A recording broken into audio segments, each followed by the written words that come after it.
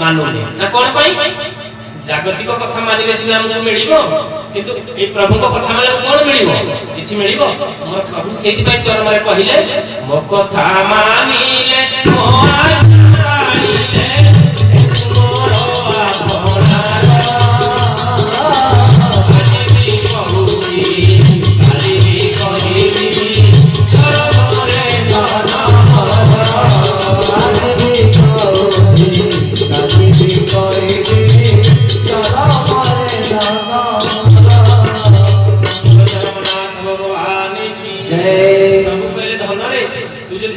कथा मानिबू मो आज्ञा पाळिबू ताहाले मोर तू आपणार हबो जेते संसार भितर अछंती समस्त प्रभु के निकट रही परिबे समस्त आपणार रही परिबे प्रभु कथा मानिबा प्रभु कथा सुनिबा भगवान कहउछंती प्रभु कहउछंती हे धन जदि आजि कहउची काली भी कहिबी तेनु जदि मो कथा न मानिबू ताहाले तोर मुक्ति मुक्ति निर्वाण बाट देखि पारिबो ना तो हम कोन करिबा ना प्रभु कथा मानिया बाय पड़िबो कोन मानिबा प्रभु तो कोनानी बिलरे जाय घास काटे में प्रभु कर जाय कि श्री महागारे केवल कहिचंती प्रभु ना कोन करिबो बर्तन देखो बहुत सुंदर कथा माने अमृतमय कथा भितरे माने आश्चर्यजनक कथा जे महागारे 60 परिवार महागारे 60 परिवार माने गुरु भ्राता गुरु भगिनी माने 60 परिवार कोन कले ना ठाकुरंग पई निजर जमी माने घर द्वार जहाज ठाकुर पई सब समर्पण करि देले चिंता करो ई संसार भितरे हमें कोन आसला बेले किछि आनी छै जदि हमें गांधी हो गोपबंधु हो ना जते महापुरुष समाज का भले पको जे कोन पई से केवल बिले घास काटी के जो पेट फुंड को चाखना पई करथिले सेति पई से माने माने समाज पर किछि करि चली तनो सेही मानू से गुरु भ्राता गुरु भगिनी मानू आमे मते दूर रे थाई कोटि नमन करू जो माने पूर्व जन्म रे की संग करिथिले की ढंग करिथिले की ध्यान की तपस्या करिथिले जाहि बगार माटी रे जन्म हेई कि तथापि प्रभु को कोन करजंती तांकर जो भिटा माटी के मध्ये प्रभु को पई समर्पण करि हरि हरि बोला ये होची भक्तिर भाव ये होची भक्तर भाव तो सेही भया भाव जेते हमर जागृत हबो प्रभु कोन करिवे निश्चित हम मुक्ति मुख्य निर्वाण बाट देखै देबे तो सेते प्रभु कहिले जे आमे कोन करूचे ना प्रभु को कथा मानु का कथा मानुचे ई पारिवारिक जागृत कथा मानुचे जेते हम संसार भीतर कोन करूचे मंदिर को गले खाली मंदिर को गले कोन कहूचे ना हे प्रभु कृपा कर हे प्रभु तमाम कृपा कर ना कृपा कर जो गुरु धातु माने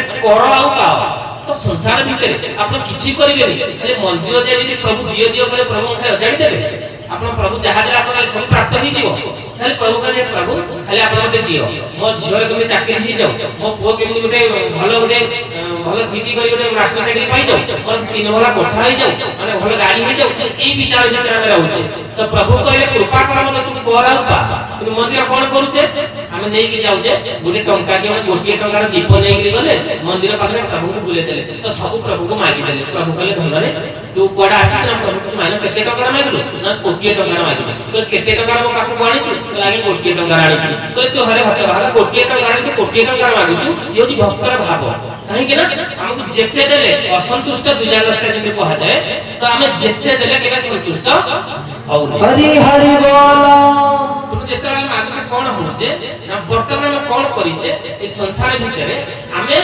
निजको गुटे प्रभु को प्रति समर्पण न करी जोठी गली पाइबार आशा मंदिर गले प्रभु दियो जुआडे जाने कोन सत्संग गले प्रभु दियो किछि गुरु भाई बनी अछंती रे गुरु परिवर्तन करे किछि कोन जाऊ ठाकुर को धारा नेलु गाई किछि हेलानी हमर ओडे कोठाडे हिजिबा कथा किछि हेलानी प्रभु कहिया मतलब जे आमे जेते बेले धारा में प्रभु को धारा नबा हम भाग्य में परिवर्तन कर देबे किंतु जेते बेले परीक्षित महाराज को 7 दिन भीतर सर्प दंशन करी बोली कहिले जेते बेले 7 दिन भीतर दंशन हो काहे कि ना परीक्षित महाराज जेते बेले राजाभिषेक हेले हेला परे तांकर जेते बेले तांकर जो गोदाम को खोली देले जेते खोलला पर देखले जे मकुल थुआ जे सुनार मकुल पिंदी देले जो पंचम स्थान देइथिले कोली के सुना भीतर रही बोली परीक्षित महाराज जेते सुनार मकुल पिंदिले कोली से भीतर प्रवेश करिवला ओ परीक्षित महाराज को अतिभ्रम होई गला तो से जब वनगमन करूचंती ताको शोष लागिला से जंगल भीतर पहुंचिले कोट पानी खोज खोज एक सैनिक ऋषि का आश्रम में पहुंचिले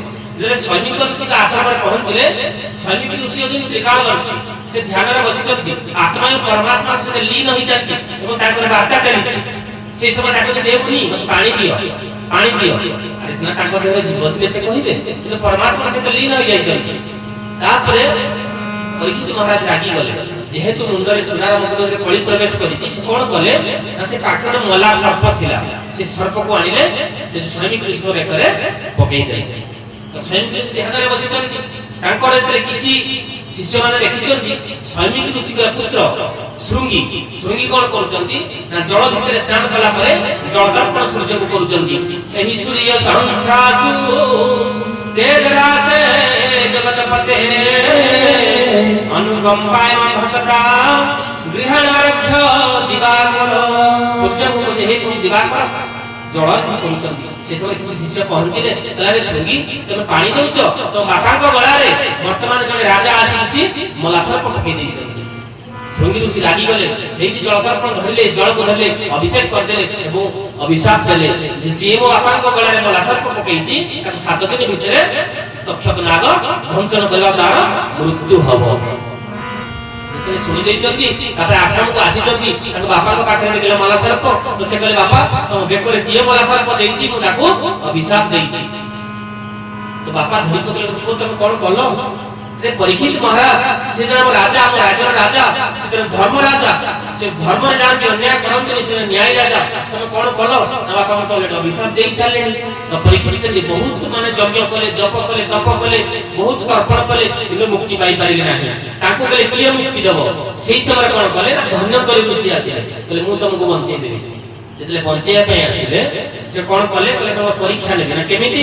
କହିଲେ ତମେ ଗଛକୁ ମାରି ଦିଅ, ତାପରେ ତାକୁ ବଞ୍ଚେଇ ଦିଅ, ତାପରେ ମୁଁ ତମକୁ ଅନେକ ସ୍ୱର୍ଣ୍ଣ ପଦକ ଦେବି। ହେଲେ କହିଛନ୍ତି କଣ କଲେ ଧନ୍ୱନ୍ତରୀ ନା ସେ ଗଛକୁ କାଳସର୍ପ ଦଂଶନ କଲା, ସେ ଗଛ ମରିଗଲା।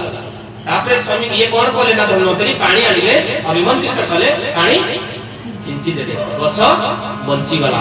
ତାପରେ କଣ କଲେ ତ ପରୀକ୍ଷିତ ମହାରାଜ ବଞ୍ଚିବା ପାଇଁ ଯାଉଛନ୍ତି, ସେଠି ଆସିକି ତାକୁ ଭଗବାନ କହିଦେଲେ ରହିଯାଅ, ତମେ ଯଦି ତାକୁ ବଞ୍ଚେଇ ଦେବ ତାହେଲେ ସୃଷ୍ଟିରେ କେହି ଆଉ କାହାକୁ ମାନିବେ ନାହିଁ, କାହିଁକି ଆଗାମୀ ଦିନରେ କଳିଯୁଗ ଆସୁଛି। ବର୍ତ୍ତମାନ ଯଦି ବର୍ତ୍ତମାନ ମୁଁ ଜଣକୁ ଥାପଡ଼ରେ ମାରିବି, ସେ ମତେ ପୂଜା କରିବ? ତ ସେଇଭଳିଆ ସେ ଯୋଉ କର୍ମ କରିଛି, ଜାଣତ ହେଉ ଚାहे ଅଜାଣତ ହଉ, ତେଣୁ କର୍ମର ଫଳ ଯୁଗେ ଯୁଗେ, ତେଣୁ ସିଏ ତା କର୍ମର ଫଳ କରିବ, ଫଳ ପାଇବେ, ତେଣୁ ତମେ ତାର ପ୍ରତିକାର କରିପାରିବ ନାହିଁ। ତେଣୁ ପ୍ରଭୁ ସେଇଆ କହିଲେ ଯେ ଏଇ ଜିନିଷ କେତେବେଳେ ଘଟିବ? ଯେତେବେଳେ ଆମର ଯୋଉ କର୍ମର ଫଳ ତାକୁ ଭୋଗ କରିବା ନା କରିବାନି? କର୍ମର ଫଳ ଆମର ଧୀରେ ଧୀରେ ଯଦି ପ୍ରଭୁଙ୍କର ଧାରା ଭିତରେ ରହିବା, ନିଶ୍ଚିନ୍ତ ପରିବର୍ତ୍ତନ ହେଇଯିବ। ଗୋଟେ ଗୁରୁ କଣ, ଯଦି 100 ଗୁରୁ ଆମେ ପରିବର୍ତ୍ତନ କରିଦେବା, ଜୀବନ ସୁଧୁରି ପାରିବ ନାହିଁ। ବୋଲନ୍ତି ହରି ବୋଲ। ଗୋଟେ ଛୋଟ ଉଦାହରଣ ମନେ ପଡେ, ଗୁରୁ ଏବଂ ଶିଷ୍ୟ। ତ ଗୁରୁଙ୍କର ସାଥିରେ କିଛି ଶିଷ୍ୟ ଯାଉଛନ୍ତି କୁଆଡେ ନା ପରିକ୍ରମା କରିବା ପାଇଁ, ମାନେ ପ୍ରବାସ କରିବା ପାଇଁ, କିଛି ତୀର୍ଥ ଭ୍ରମଣ କରିବା ପାଇଁ। ଯେତେବେଳେ କିଛି ଯାଉଛନ୍ତି, କିଛି ବାଟ ଗଲା ପରେ କିଛି ବାଲି ଆସିଲା, ଖରା ଦିନ ବାଲି ତାତି ଯାଉଛି। ତ ଗୁରୁ କହିଲେ, ଶିଷ୍ୟମାନେ କହିଲେ ଯେ ପାଦ ତାତି ଯାଉଛି। ଗୁରୁ କିଛି କହିନାହାନ୍ତି। କିଛି ବାଟ ଗଲା ପରେ ଗୁରୁ କହିଲେ ସମସ୍ତେ 2 ଖଣ୍ଡ କାଠ ଧର। ତ ସମସ୍ତେ 2 ଖଣ୍ଡ କାଠ ଧରିଲେ। ତ ଜଣେ ଶିଷ୍ୟ ସେ ଭିତରେ ଥିଲା, ସମସ୍ତେ ସମାନ କାଠ ଧରିଛନ୍ତି, ଆମେ ଗୋଟେ କାମ କରିବା, ଗୋଟେ ବଡ କାଠ ଆଉ ଗୋଟେ ଛୋଟ କାଠ, ମାନେ ସାନ ବଡ 2ଟା କାଠ ଧରିକି ଗଲା। ତ କିଛି ବାଟ ଗଲା ପରେ ଗୋଡ କାଟିଗଲା। ତ ଶିଷ୍ୟମାନେ କହିଲେ ପ୍ରଭୁ ଗୋଡ ଆମେ କାଟିଗଲା, କଣ କରିବୁ? ଗୁରୁ କହିଲେ ଗୋଟେ କାମ କର, କମଣ୍ଡଳୁ ପାଣି ଆଣିଲେ, ଅଭିମନ୍ତ୍ରିତ କଲେ, ଛିଞ୍ଚି ଦେଲେ, କହିଲେ ଚପଲ ହେଇଯାଉ। ତ ସମସ୍ତଙ୍କର ଚପଲ ହେଇଗଲା, ସମସ୍ତେ ସୁନ୍ଦର ସମାନ ଧରିଛନ୍ତି, ସମସ୍ତେ ସୁନ୍ଦର ଭାବରେ ପିନ୍ଧିଲେ। ଯୋଉ ଶିଷ୍ୟ ଛୋଟ ଆଉ ବଡ ଧରିଛନ୍ତି, ଆମର ଛୋଟ ଆଉ ବଡ 2ଟା ଚପଲ ହେଇଗଲା। ଗୋଟେ ଗୋଡରେ ଭର୍ତ୍ତି କଲେ ହଉନି, ଆଉ ଗୋଟେ ଗୋଡରୁ ବାହାରି ଯାଉଛି। ତେଣୁ ଯେତେବେଳେ ହେଲା ଶିଷ୍ୟ କହିଲା ନାହିଁ। ତ ଇଏ କାହାକୁ ଠକୁଥିଲା? ନିଜକୁ, ଗୁରୁଙ୍କୁ ଠକୁଥିଲା। କିନ୍ତୁ ଠକାବେଳେ କିଏ ପଡିଲା? ନିଜେ ପଡିଲା। ତ ପୁଣି କିଛି ସମୟ ଗଲା ପରେ ମାନେ ଗୁରୁ କହିଲେ ସେମାନେ ଗୋଟେ କାମ କର, ତମେ କିଛି କିଛି ପଥର ସବୁ ସଂଗ୍ରହ କରି ସାଥିରେ ଧରିକି ଆସ। ତ ଗୁରୁ ମାନେ କଣ କରିଛନ୍ତି, କିଛି ଛୋଟ ଛୋଟ ପଥର ସବୁ ଧରିକି ଆସିଛନ୍ତି ଏବଂ ଯାଉଛନ୍ତି। ଇଏ କହିଲା ସେଦିନ ବଡ ଧରିଲି, ଗୋଟେ ବଡ ଏବଂ ଛୋଟ ଧରିଲି, ମୋର ପ୍ରୋବ୍ଲେମ ହେଲା, ଗୋଟେ କାମ କରିବା, ଆଜି ବଡ ପଥର ଧରିଲି ଯେ ତେଣୁ ମୋର ଲାଭ ହବ। କିଛି ବାଟ ଗଲା ପରେ ଗୁରୁ କହିଲେ ଦେଖ, ଏ ଯୋଉ ଅଚଳାଚଳ ମାନେ ବିରାଟ ପଡିଆ ଦେଖୁଛ, ଏ ପଡିଆ ହଉଛି ଆମର। ଜଣେ ଭକ୍ତ କିଛି ଭକ୍ତ ଆମକୁ କିଛି ଦାନ କରିଛନ୍ତି, ଯେ ପଡିଆଟାକୁ ଦାନ କରିଛନ୍ତି। ଗୋଟେ କାମ କର, ମୋର ତ ବୟସ ହେଇଗଲାଣି, ମୁଁ କଣ ଆଶ୍ରମ ଚଳେଇ ପାରିବି, ତମେ ଗୋଟେ କାମ କର, ତ ସେଇ ତମେ ଯାଅ, ଏଇଠୁ ବର୍ତ୍ତମାନ ତମକୁ ସମର୍ପଣ କରିଦେବି ସବୁ ଜିନିଷ, ତମେ କିଛି ତୁମ ଜାଗାକୁ କିଛି ନେଇଯାଏ ହେଲେ କହିଛନ୍ତି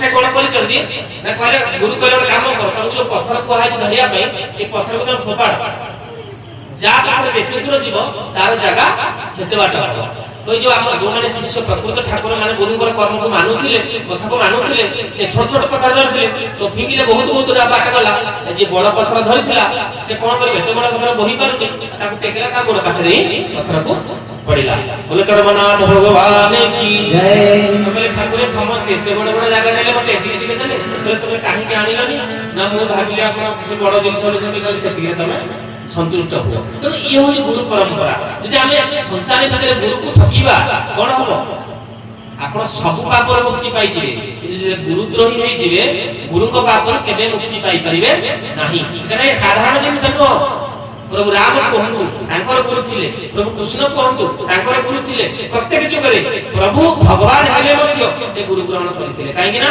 गुरु बिना संसार भितर मुक्ति नाही काहे ना संसार भवसागर भितर के उद्धार करिवो गुरु उद्धार करिवे जे अभ्यास परामर्श कहना दी गुरु पाद पद्म नौका मनरे गुरु पाद पद्म नौका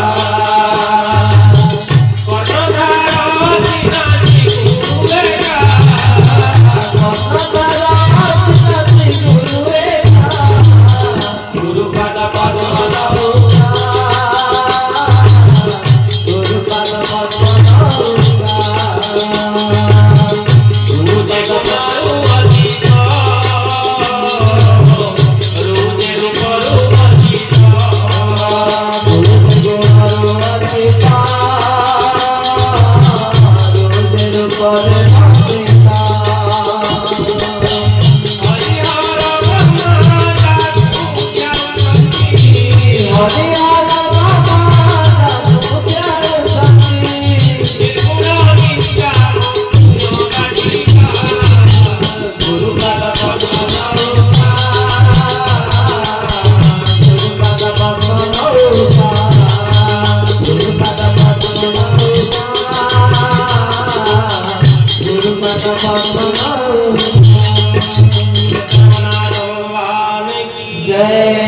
संसार भितर आमे कोन करूचे नाम निजकु निजे आमे एंटी फोर्स प्रयोग करूचे जेमिति गुटे दीप शिखा कुआड जिबा कथा ऊपर को जिबा कथा आमे जे बनिया पाट को जाउचे बनिया गुटे पाइप जाउची पाइप रे फेंकी दे कोन करूची अग्नि को ऊपर जिबा दरे तळु गुटे निया को निया को तळु करूची कोन ना एंटी फोर्स प्रयोग कला जेमिति जल कुआड जिबा कथा तळु को बहिया कथा ए संसार भितर जो बद्ध जीव मनुष्य पंप लगे देला पानी कुआड दउची ताकि ऊपर उठे दउची तार कोन करचे जे एंटी फोर्स प्रयोग करले सेमति संसार भितर जीव कोठा आसीची परमक पाखु आसीची हमर गति कुआडे होला कथा हमर गति होती जीव और परमक काडे होला कथा आमे मध्य जो कोन करूचे ना एंटी फोर्स प्रयोग करे कोन करूचे ना ईश्वर काडे गति न करिकी संसार आड़े गति करू हरि हरि बोल हेलो हमें जेते बेले मध्य को जाउचे खाली प्रभु को कहूचे हे प्रभु हम खाली टंका दियो सोना दियो धन संपत्ति दियो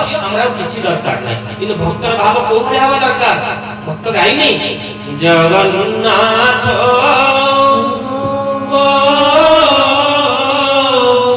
किछि मागु नाई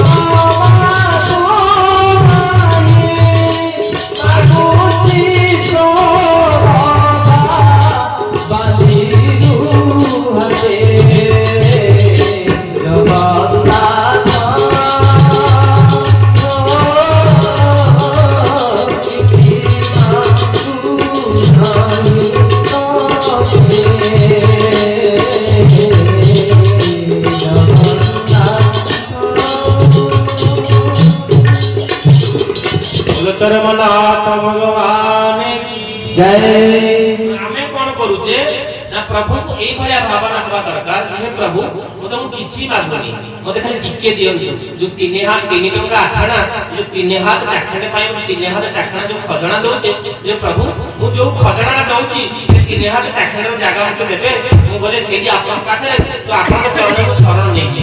ପ୍ରଭୁଙ୍କ ଭାବନା ଏଇ ଭଳିଆ ହବା ଦରକାର। ତ ଆମେ କଣ କରୁଛେ ସଂସାର ଭିତରେ ଆମର ଯୋଉଟା ଦରକାର ଆମେ ତାକୁ ମାଗୁନେ, ଆମର ଯୋଉଟା ଦରକାର ଯେ ଆମେ ଯୋଉ ଜିନିଷଟା ପାଇବା ଦରକାର, ଆମେ ସଂସାର ଭିତରେ ଯାହା ବି ଇନକମ କରୁଛେ, ଯେତେ ଇନକମ କରୁଛେ ପଇସା ଯାହା ବି କୋଉଥିପାଇଁ କରୁଛେ, ଏ ଶରୀର ପାଇଁ ନା କୋଉଥିପାଇଁ, ଶରୀର ପାଇଁ। କିନ୍ତୁ ଯୋଉ ଆତ୍ମାର ଖାଦ୍ୟ କଣ ଦରକାର ତାକୁ ଆମେ କରୁଛେ, ଏ ଆତ୍ମାର ଖାଦ୍ୟ ଆମେ କେବେ ଦରକାର ନାହିଁ। ଆତ୍ମା କେମିତି ବଞ୍ଚିବ, ଆତ୍ମାର କଣ ଦରକାର, କିନ୍ତୁ ଆତ୍ମା କେମିତି ମୁକ୍ତି ମୁଖ୍ୟ ନିର୍ମାଣ ପାଇବ, ସେ ଆତ୍ମା ପାଇଁ ଆମେ କିଛି କରୁନେ, ଆମେ ଖାଲି କଣ କରୁଛେ ଏ ଶରୀର ପାଇଁ। ଏ ଶରୀର କେମିତି ସଜେଇ ହବ, କିନ୍ତୁ ଭଲ ଖାଇବା, ଭଲ ପିନ୍ଧିବା, ଖରା ଦିନେ ଏସି ଏବଂ ଶୀତ ଦିନେ କେମିତି ରୁମ୍ ଭିତରେ ଲଗେଇ ଶୋଇବା, ନିଜର କେବଳ ସୁଖ ଶରୀର ପାଇଁ, କିନ୍ତୁ ଏ ଆତ୍ମା ପାଇଁ କିଛି ମାଗୁନାହିଁ। ତେଣୁ ପ୍ରଭୁ କହୁଛନ୍ତି, ପ୍ରଭୁ ଯାହା ବି ଦେଇଛନ୍ତି ସେ କୋଉଥିପାଇଁ, କେବଳ ଆତ୍ମା ପାଇଁ।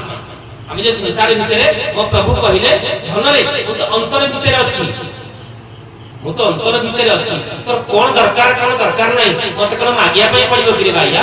ତୁମେ ସଂସାର ଭିତରେ ପ୍ରଭୁ ସମସ୍ତଙ୍କୁ ଅନ୍ତର୍ଯାମୀ, ସେ ଭିତରେ ଅଛନ୍ତି। ଆମର କଣ ଦରକାର ନାହିଁ କିଛି ମାଗିବା ପାଇଁ ପଡିବନି। ଆମେ ମନ୍ଦିର ଗଲେ ଯେତେ ମାଗିଲେ ଯଦି ଆମ ଭାଗ୍ୟରେ ନାହିଁ, ଆମ ପ୍ରାରବ୍ଧରେ ନାହିଁ, ଆମ କଣ ଭଗବାନ ଦେଇଦେବେ, କେବେ ଦେବେ। ଆମର କଣ ଦରକାର, ପ୍ରଭୁ କହିଲେ ତୋର ଯାହା ଦରକାର ମୁଁ ତତେ ଦେଇଦେବି। ତେଣୁ ପ୍ରଭୁଙ୍କ ପାଖରେ ଯାହା ନିଜକୁ ସମର୍ପଣ କରିଦେବା, ନିଶ୍ଚିତ ତାକୁ ପ୍ରଭୁ ଦେବେ। ଓ ପ୍ରଭୁ ଚରମରେ କହିଲେ ମଣିରେ ଏ ସଂସାରରେ ଆଶାର ଫୁଲ ଫୁଟିଛି। ମାନେ ସଂସାର ଯୋଉ ଆଶା କରିନେ, ଆମେ ଆଶା ହଉଛି ବୈତରଣୀ ନଦୀ, କିଛି ଆଶା କରିବୁନି ଭାଇଆ, ମୋର ଆଶା କଲେ ମୁଁ ଯୋଉ ଆଶା କରିବୁ ସେ ଆଶା ତ ଆଶା ଭିତରେ ହିଁ ରହିଯିବ। ଆମେ ଯଦି ଆଶା କଲେ ସବୁ ପ୍ରାପ୍ତ ହେଇଯାଆନ୍ତା, ଏ ସଂସାର ଭିତରେ ମଣିଷ ଯଦି ଯାହା ଚାହନ୍ତା ତାହା ମିଳିଯାଆନ୍ତା, ଆପଣମାନେ ଏଠି ବସନ୍ତେ, ଭଗବାନ କି ମାନନ୍ତା ନା ପ୍ରଭୁ କିଏ ମାନନ୍ତା ନା କିଛି ନାହିଁ। ଆମେ ଯାହା କଲେ ତାହା ମିଳିଯାନ୍ତା, ପ୍ରଭୁ କାହିଁ କିଏ ମାନନ୍ତା, ଆମେ ନିଜକୁ ଭଗବାନ ବୋଲି ମାନନ୍ତେ। ତେଣୁ ଭଗବାନ କହିଲେ ସଂସାର ଭିତରେ ଯାହା ଆଶା କରୁଛୁ ସେ ଭିତରେ ତାର ରହିଯିବ, କେବେ ସେ ତତେ ପ୍ରାପ୍ତ ହେଇପାରିବ ନାହିଁ। ତେଣୁ ପ୍ରଭୁଙ୍କର କଥା ଏମିତି ଚାଲିଥିବ, ଯୁଗ ଯୁଗ ବର୍ଷ ବର୍ଷ ଧରି ଚାଲିଥିବ। ତେଣୁ ପ୍ରଭୁଙ୍କ କଥା ଶୁଣିବା, ତାକୁ ନିଜେ ଛୋଟ କୀର୍ତ୍ତନ କରିବା ପ୍ରଭୁଙ୍କର କଥା, କାହିଁକିନା ଯୋଉ ତନ ମନ ଧନ ଅଛି ସେତେବେଳେ ପବିତ୍ର ହବ ଯେତେବେଳେ ପ୍ରଭୁଙ୍କ ନାମ ଆମେ ଧରିବା। ତ ଚାଲନ୍ତୁ ଗୋଟେ ମିନିଟ୍ ମୋ ପ୍ରଭୁଙ୍କର ନାମ କୀର୍ତ୍ତନ କରିବା, ତାପରେ ପ୍ରଭୁଙ୍କର କଥା ହେବା। बोलो चरमनाथ भगवान की जय, बोला वंदे को हरि हरि बोल।